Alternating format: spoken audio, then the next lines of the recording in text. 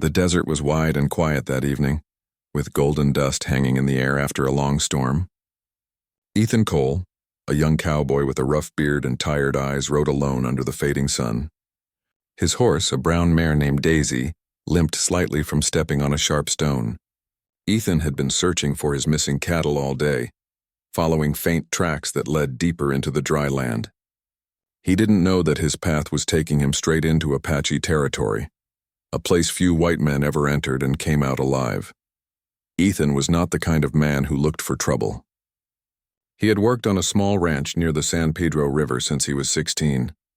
Life had taught him to survive, to fix a saddle with wire, to sleep under the stars, and to never shoot unless he had to. That day, though, luck was not on his side. The sandstorm had swept across the plains without warning, blinding him and scattering his herd. When the wind stopped, he found himself in a stretch of land he didn't recognize. There were no fences, no landmarks, only strange shapes of rock and the whisper of the wind. As darkness crept in, Ethan saw smoke rising from a distant ridge.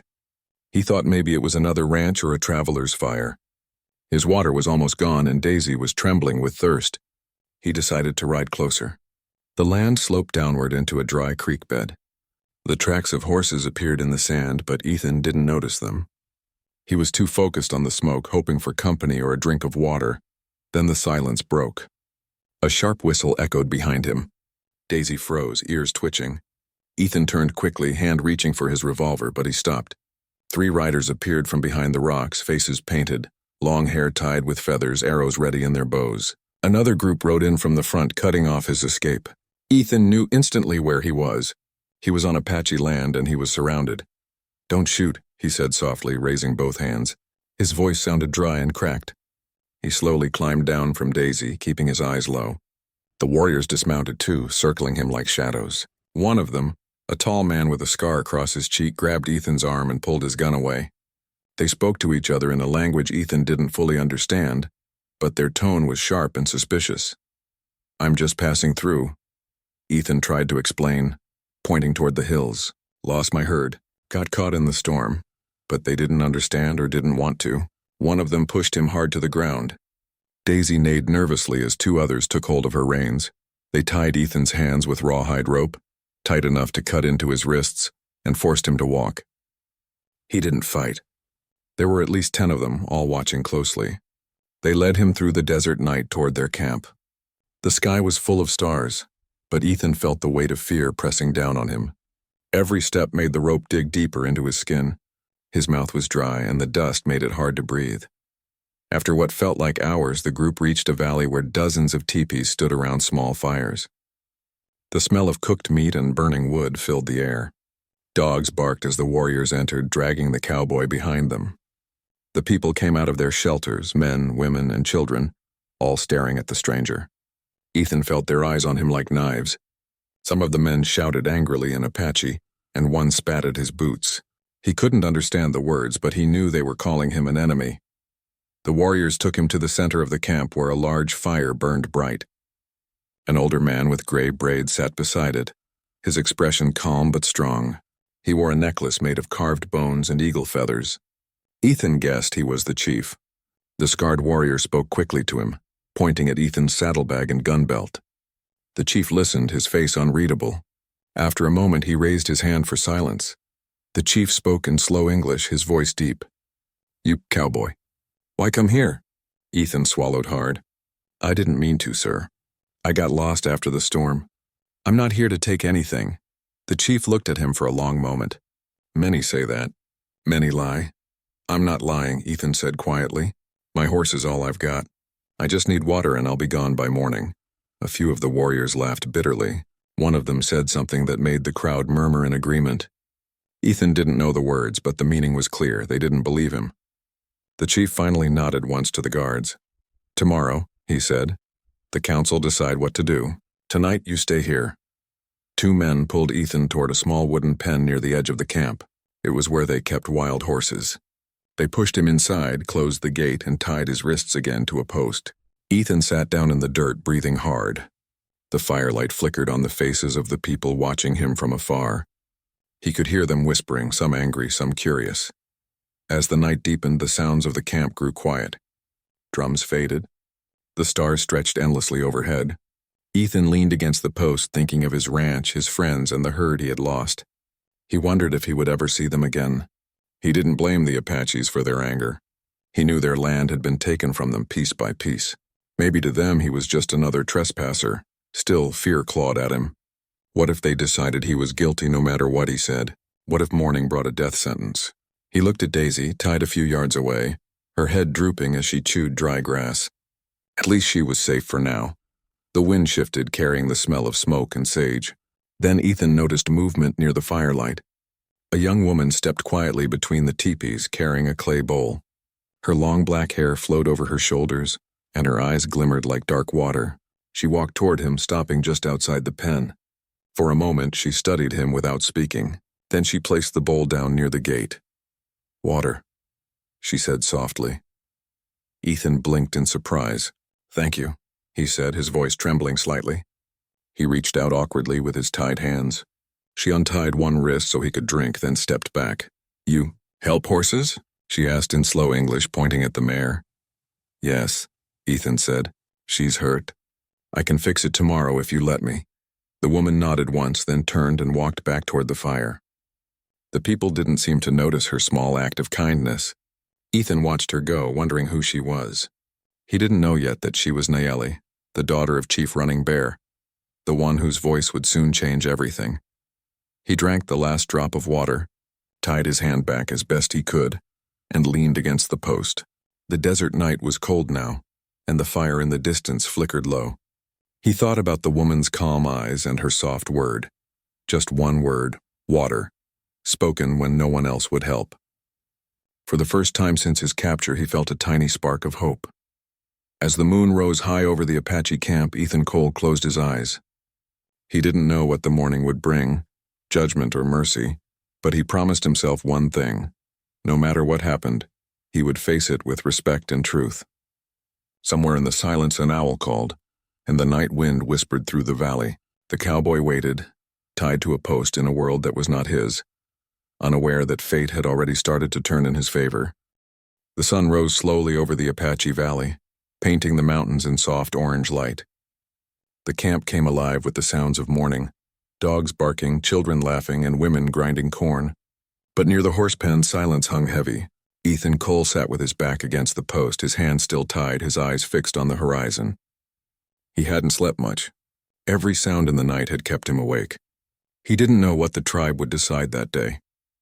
All he knew was that he would face whatever came with calm and truth. When the guards came, he didn't fight.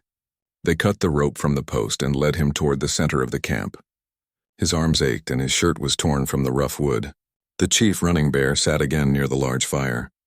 Around him gathered the elders, old men with lined faces and eyes that had seen too much. Warriors stood behind them, silent and strong, with bows in hand. The whole tribe surrounded the circle, waiting for judgment. Ethan was pushed forward until he stood before the chief. He tried to stand straight, though his legs felt weak. The morning wind lifted the dust around his boots. A boy threw a small stone at him, but an older woman scolded the child and pulled him back. The air was tense, as if the whole camp was holding its breath. Running Bear looked at him for a long moment before speaking. "You say you are lost," he said in slow English. "You say storm bring you here. But our people remember white men who come before. They bring guns. They take land. Why should we believe you?" Ethan's throat was dry, but he forced himself to speak clearly. "I'm not here to harm anyone. I lost my herd in the storm. I was just looking for a way back. I didn't even know this was Apache land." The chief's eyes stayed fixed on him. One of the warriors stepped forward, the one with the scar across his cheek. "He lies," the man said firmly. "No man rides this far without knowing where he is. He was spying." A murmur of agreement moved through the crowd. Ethan shook his head. "No, I swear I wasn't spying.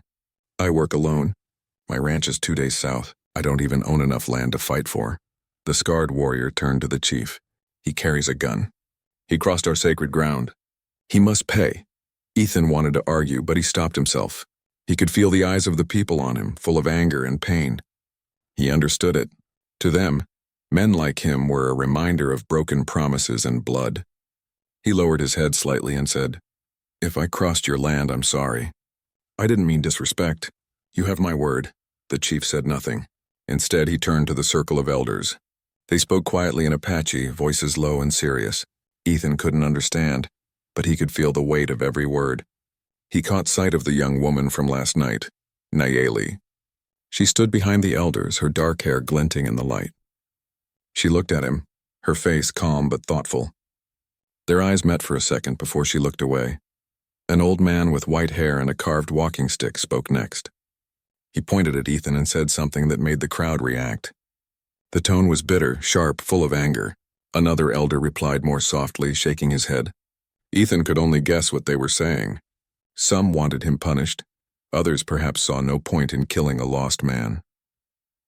Running Bear raised his hand and the camp went silent. "This man will stay until the sun sets," he said. "Then we decide. If he lies, he will pay. If he speaks truth, the spirits will show us." The people nodded, though many still looked unhappy. The guards untied Ethan's hands but left his wrists bound with loose rope. They led him to the edge of the camp near the corral and told him to stay there. A boy brought him a small piece of bread and water. It wasn't much, but Ethan thanked him. He sat down by the fence, tired and unsure. He watched the Apache people move through their daily lives. Women fetched water. Children played near the stream. Men repaired saddles and checked arrows. Despite being a prisoner, Ethan couldn't help but notice the beauty of their world, the rhythm of their work, the laughter of the young ones, the way everyone moved together like parts of one living thing. When the sun climbed high, the same young woman approached again, Nayeli. She carried a wooden bowl with something warm inside. "Food," she said simply, setting it down near him. "Thank you," Ethan replied quietly. "You're kind to me." She looked at him for a moment, studying his face. "You not afraid?" Ethan gave a small smile. "I'd be lying if I said no, but fear won't help me." Nayeli tilted her head slightly. "My father, he listens to spirits, but men here remember bad things. You come, they see danger." "I understand," Ethan said. "They have reason, but I won't hurt anyone." For a second, her expression softened. "We see," she said and walked away. The afternoon passed slowly. Ethan helped one of the boys gather water buckets, and when a horse near the fence limped, he pointed it out to the guard. "She's got a thorn in her hoof," he explained. The guard frowned but allowed him to check. Ethan knelt beside the horse and gently pulled out the thorn, cleaning the cut with a torn piece of his shirt. The horse calmed down, lowering its head. The children nearby whispered, surprised by how gentle the cowboy's hands were. When word reached Nayeli, she came again. She watched him pat the horse softly and whisper to it. "You know animals," she said. Ethan nodded. "Animals don't lie. They just hurt or heal." Her eyes met his for a moment and she nodded again before walking away. As the sun began to fall, the camp gathered once more. The drums started softly echoing between the cliffs. Fires were lit, and the smell of smoke drifted through the valley. Ethan was led to the center again. He could see the reflection of flames in the chief's eyes. The whole tribe formed a circle around them, the judgment circle. Running Bear stood and spoke to his people in Apache. His words carried through the camp, strong and clear. Some nodded. Others shouted in disagreement. Ethan couldn't understand, but he could feel the pull between anger and reason. Then the chief turned to him. "The time has come," he said. "You speak one more time. Tell truth. Why should we let you live?" Ethan took a deep breath. "Because I mean no harm," he said. "Because I respect your people. I didn't come here to take, only to survive. If you let me go, I'll tell others that the Apache are not what the world says. I'll tell them you protect your land with honor." For a moment, the only sound was the crackle of fire. The chief studied him, silent and thoughtful. Then he said something to the elders again. Voices rose. Some shouted. One warrior stepped forward angrily, but another pulled him back. Amid the noise, Ethan's eyes found Nayeli again. She stood near her father, her hands clenched, her eyes full of quiet strength. She looked from the cowboy to the horse he had helped earlier. The animal stood calm near the fence, no longer limping. Something in her heart stirred. A sense that truth often speaks through small acts, not loud words. The debate continued long into the night. Ethan stood there, his body sore, his mind racing. He thought of his ranch, of open fields and the sound of cattle. He thought of the kindness in Nayeli's eyes. He didn't know what morning would bring, but deep inside, he felt that something had changed in the air around him. The tribe was still unsure, but the girl who had spoken only a few words to him was beginning to see him not as an enemy, but as a man. As the fire burned low and the stars appeared overhead, the chief lifted his hand once more. "Tomorrow," he said firmly, "we finish judgment." The guards led Ethan back to his place near the corral. He sat down again, tired but calm. The night wind carried the sound of drums fading into silence. Somewhere in the shadows, Nayeli stood watching him. Her mind filled with questions her heart had already begun to answer. She didn't know it yet, but by the next sunset her voice would become the one thing that could change the fate of the cowboy who came from the desert. Morning sunlight crept slowly over the valley, warming the red stones and dry grass. The Apache camp began to stir again, but this morning felt different. The air was heavy with tension, like the calm before a storm. The people knew that by nightfall, they would judge the cowboy's fate. Some believed he should be punished. Others, especially the younger ones, were curious about the quiet man who didn't fight back. Ethan sat beside the corral, his back straight, his wrists still tied loosely. His eyes were fixed on Daisy, his brown mare. She stood in the shade, her leg slightly swollen from the wound she got during the sandstorm. He wanted badly to help her, but he knew he needed permission. He looked around and saw the same guard from the day before, a man named Tahoma, tall with calm eyes and a scar along his jaw.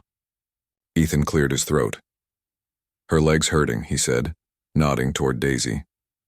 "If I could just take a look, she might walk better." Tahoma hesitated. He didn't speak English well, but he understood enough. After a moment, he called out to someone in Apache.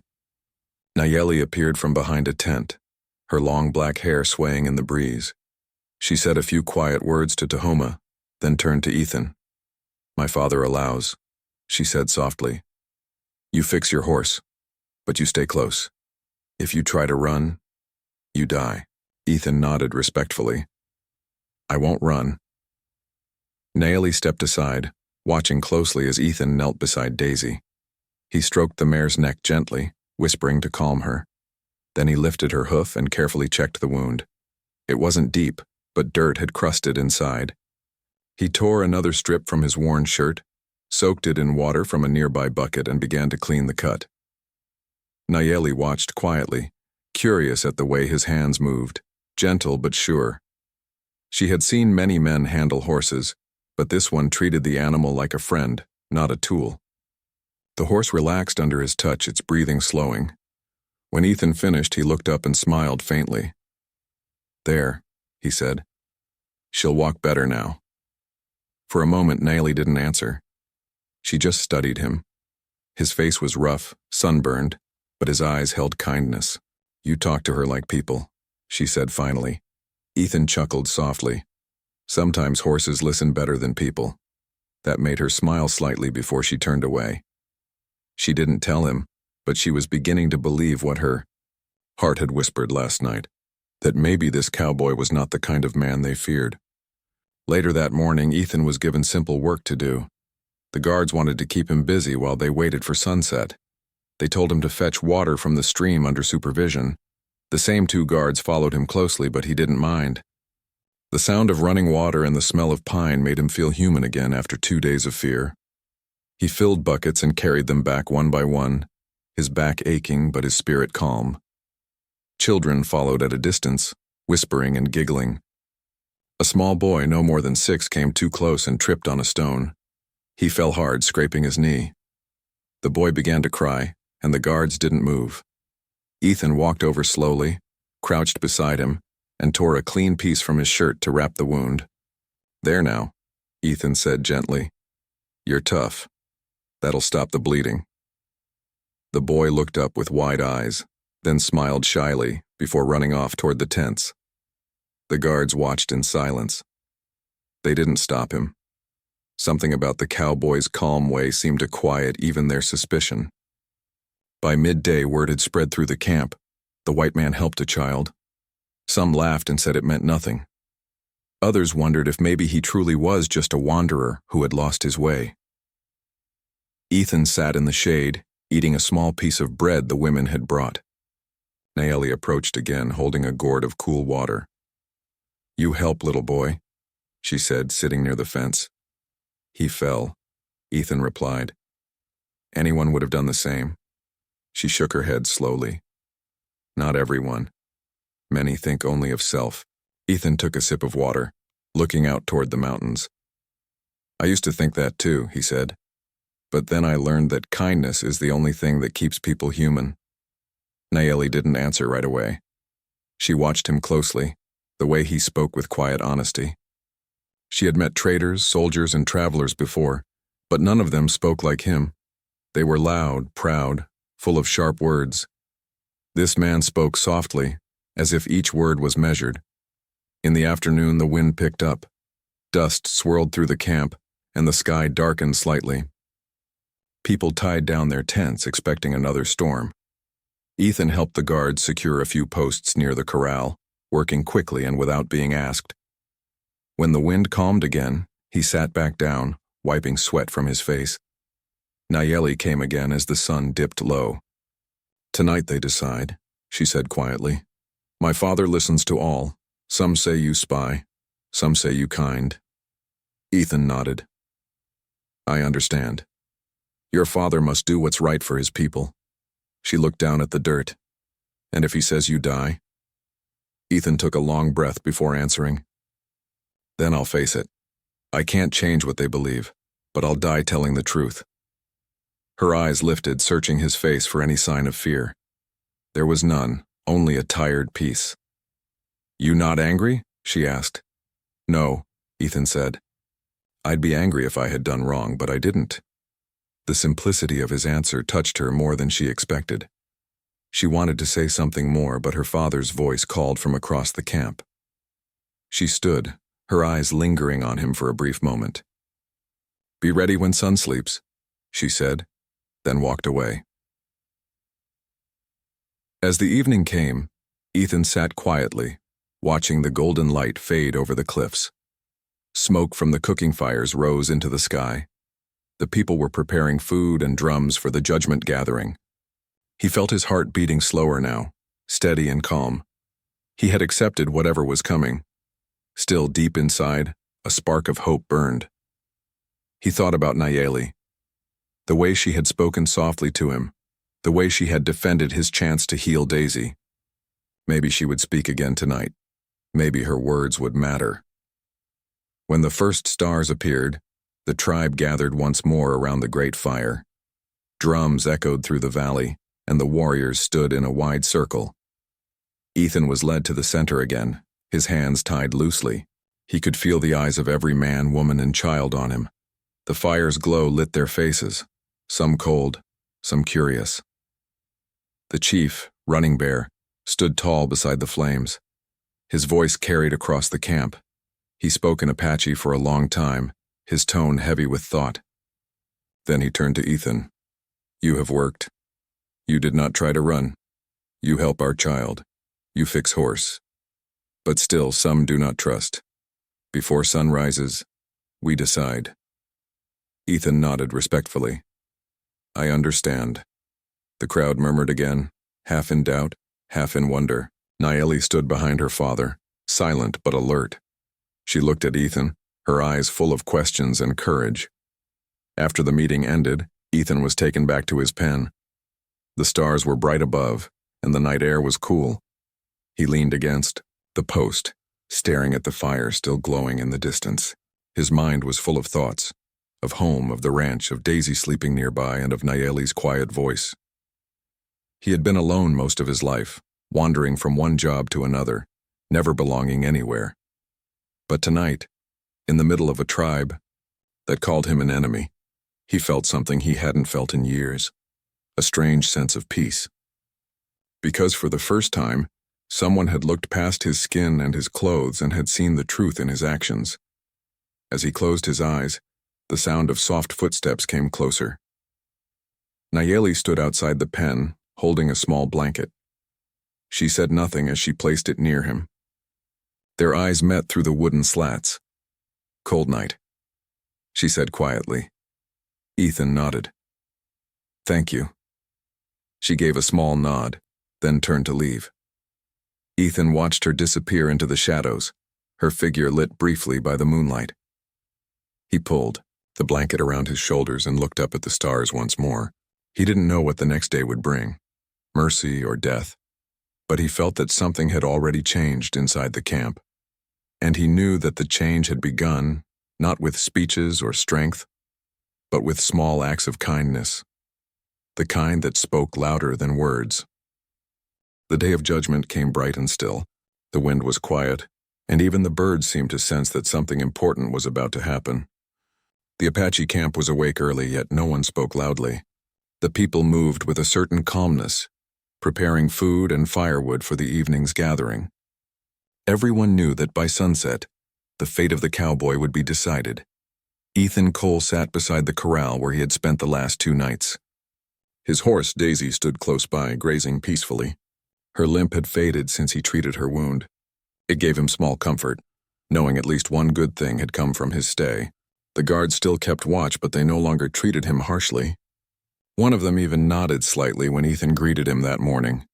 It wasn't friendship, but it was no longer hatred either. He had grown used to the rhythm of the camp, the smell of firewood, the laughter of children, and the low sound of women singing as they worked. Even though he was an outsider, he had learned to respect their way of life. Every person had a duty, every fire a purpose. It reminded him of the small ranches he had known as a boy, where everyone worked hard just to survive another season. Around midday, Chief Running Bear came to see him. He stood tall, his hair tied back and his eyes sharp as the edge of a blade. Ethan rose quickly out of respect, his hands still tied loosely. "Cowboy," the chief said in slow English, "you have been with us 3 days. You did not fight. You did not run. But our laws say no stranger may cross our sacred land without answer. Tonight we decide your path." Ethan nodded. "I understand, Chief. I only ask for a fair hearing." Running Bear studied him for a moment. "You speak calm," he said. "Not like men I have met before. But the people must see for themselves. When the fire burns tonight, you will stand before all." Ethan bowed his head. "I'll be there." The chief turned to leave, but paused. "The spirits judge truth, not words," he said. "Remember that." Then he walked away. As the day stretched on, the camp prepared for the gathering. A large circle of stones was cleared near the center. Fresh wood was stacked for the fire. Women placed mats around the edges for the elders. The air carried a quiet weight, anticipation mixed with fear and curiosity. Ethan helped carry buckets of water for the horses. Though his guards still followed, they no longer kept their hands on their weapons. Some of the younger men watched him curiously, whispering. Others still looked at him with anger, unable to forget the pain the world outside had brought their people. When the sun began to fall behind the western ridge, drums began to sound. The deep, steady beat echoed across the valley. The people gathered one by one, forming a wide circle around the fire pit. The flames grew tall and bright as darkness settled. Shadows danced across the painted faces of the warriors and the quiet expressions of the women. Ethan was brought to the center. His hands were tied again, though not tightly. His heart beat steadily, but he could feel the heat of the fire and the eyes of hundreds watching him. This was it, the moment that would decide whether he walked free or never left the valley. Chief Running Bear stood at the head of the circle, flanked by the elders. His daughter, Nayeli, stood slightly behind him, her face calm but her eyes full of thought. The chief raised his hand and the drumming stopped. The silence that followed was deep enough to hear the crackle of every flame. "Tonight," Running Bear said in his native tongue before switching to English, "we speak of judgment. This man entered our land without right. Some say he is a thief. Some say he is lost. The spirits will know his heart, but we must also see with our own eyes." A warrior with the scarred cheek stepped forward. His name was Coda, one of the fiercest in the tribe. He pointed at Ethan, his eyes burning with anger. "He lies!" Coda shouted. "He came here with a gun, not with peace. Our people have buried too many because of men like him." Murmurs rippled through the crowd. Ethan listened quietly, keeping his head low. He understood that anger. It came from years of pain, not from him alone. Another elder rose, his voice calm and low. "But this man has done no harm. He helped our horse. He healed the boy. Maybe he is not like the others." The 2 men argued briefly in Apache, their voices rising and falling. Ethan couldn't understand the words, but he could feel the emotion behind them. One of rage, the other of mercy. When the shouting stopped, the chief turned to Ethan. "You may speak," he said. Ethan took a deep breath. The firelight danced across his face as he spoke slowly, choosing each word with care. "Chief Running Bear, I didn't come here to steal or spy. I'm a ranch hand, just a man trying to make a living. The storm pushed me off my trail and I lost my herd. When I saw your fires, I hoped for water, not war. I know my kind has done your people wrong and I can't change that. But I can promise this, I meant no harm to any of you." His voice was quiet but steady. The people listened, some frowning, others thoughtful. Ethan looked around the circle, meeting their eyes one by one. "I've seen cruelty in my own world," he continued. "I've seen men fight over land that was never really theirs. I've seen greed destroy good people. But I don't believe kindness belongs to one race or another. I believe it belongs to anyone who dares to show it." A hush fell over the camp. The only sound was the fire crackling between them. Ethan finished softly, "If my being here is an offense, I'll accept your judgment. But if my words are true, I ask only to leave in peace." The chief didn't respond right away. He looked at the faces of his people, searching for their hearts more than their words. Coda glared, gripping his spear. "He speaks like all of them," he growled. "Pretty words. Then they come back with soldiers." Before the chief could answer, another voice broke the silence. A woman's voice, clear and strong. Naili stepped forward into the firelight. All eyes turned to her. It was rare for the chief's daughter to speak in council, especially during judgment. But she stood tall, her expression calm. "Father," she said quietly, "you taught us that the spirits see through actions, not tongues. This man has done no harm. He fixed our horse. He helped our child. He worked when he could have rested. These are not the ways of liars," the crowd stirred, whispering. The chief studied her, his brow furrowed. Naili looked at Ethan briefly, then back to her father. "If you kill him, the spirits will see anger, not justice," she said. "If you let him live, they will see wisdom." Her words struck something deep in the hearts of those listening. Even Coda fell silent, though his fists were tight. The chief turned back toward the fire, thinking deeply. He lifted his hand again, and the people grew quiet. "The daughter of Running Bear has spoken," he said. "Her words come from truth." He looked at Ethan and then at the circle around them. "The spirits have heard. The tribe has seen. Tonight the fire judges not with hate, but with honor." He stepped forward and cut the rope from Ethan's wrists. The crowd gasped softly. "You are free to leave when the sun rises," the chief said. "Our land is not your home, but it will not be your grave." Ethan bowed his head, overwhelmed with relief. "Thank you, Chief. I'll never forget your mercy, or your daughter's courage." The chief nodded once and the drums began again, slower this time, less of war, more of peace. Naili stood quietly, her face unreadable, though her heart beat fast. She had done what she felt was right, even if it meant standing against fear itself. As the tribe began to disperse, Ethan looked at her one last time across the firelight. He didn't speak, but his eyes said everything: gratitude, respect, and something deeper that words could not hold. That night, the stars shone brighter than before. The fire burned low, casting long shadows over the valley. For the first time in many years, both Cowboy and tribe shared the same silence, not as enemies, but as people who had finally understood each other. The night after the judgment was calm and quiet. A soft wind moved through the valley, carrying the smell of pine and smoke. The fire at the center of the Apache camp burned low, its light flickering across tired faces. Some people still whispered about what had happened, the stranger who had been judged and spared. Some believed it was mercy. Others thought it was foolishness. But no one could forget the moment when the chief's daughter had spoken. Ethan Cole sat near the corral, free for the first time in days. The ropes were gone, but he didn't run. His horse Daisy rested beside him, her head low, eyes half closed. He had been told he could leave when the sun rose, but for now he stayed where he was. The desert was quiet except for the crackle of distant fires. He looked up at the stars, feeling both grateful and lost. He didn't know what to say or how to thank the tribe that had nearly condemned him. He heard soft footsteps behind him. He turned and saw Naili standing there, her dark hair catching the moonlight. She held a small woven blanket in her arms. "For your journey," she said quietly. "The nights are cold beyond the valley." Ethan stood slowly, his hat in his hand. "You've already done enough for me," he said. "If not for you, I'd be buried under that fire pit."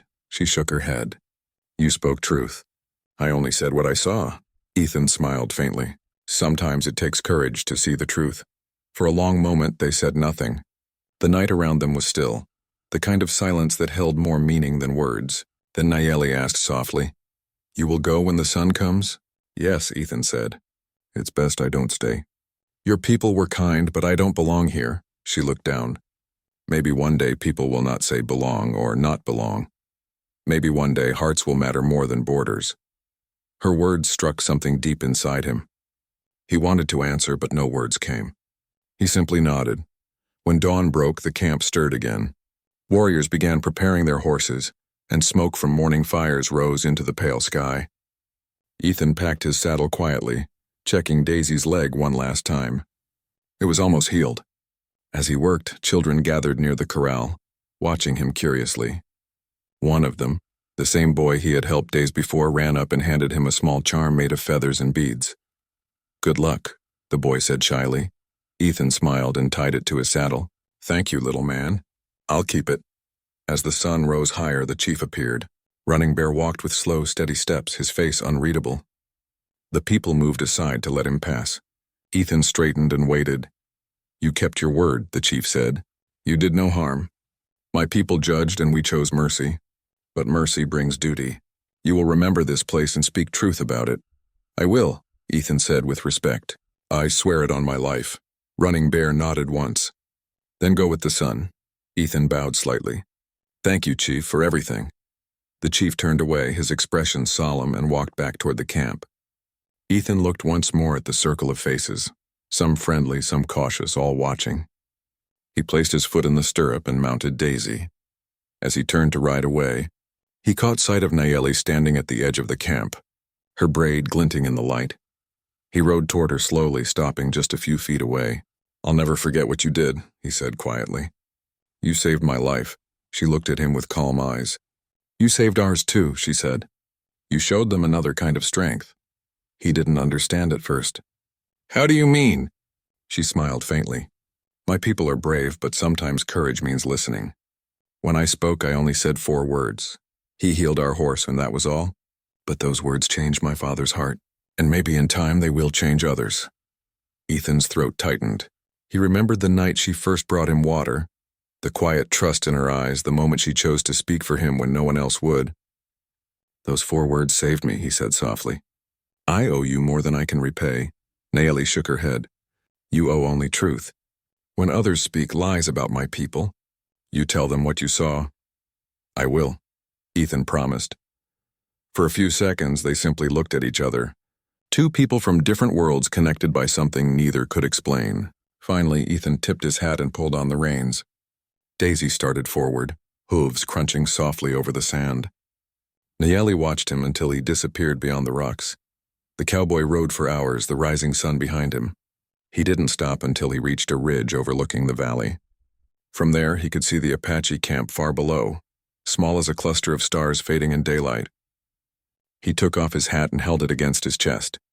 He thought about everything he had seen, the distrust, the fear, the kindness hidden beneath it all. He thought about Nayeli's courage and her 4 simple words that had broken through years of hate and misunderstanding. He healed our horse. That memory would stay with him forever. It wasn't just about a wound on an animal's leg. It was about a wound between 2 worlds, one that had started to close, just a little because of truth. As the wind blew across the ridge, Ethan whispered, "Thank you, Nayeli." Then he turned his horse and rode toward the horizon. Days later, when he reached the nearest town, people gathered to hear his story. They asked what had happened in Apache country, if he had fought his way out, if the stories about the tribe were true.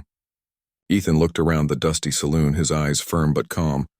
"No," he said, "they're not what you think. They're proud, strong people. They showed me more honor than I've seen in most towns. They spared me when they had every reason not to." The crowd went quiet. A man at the back scoffed. "You mean you trust them?"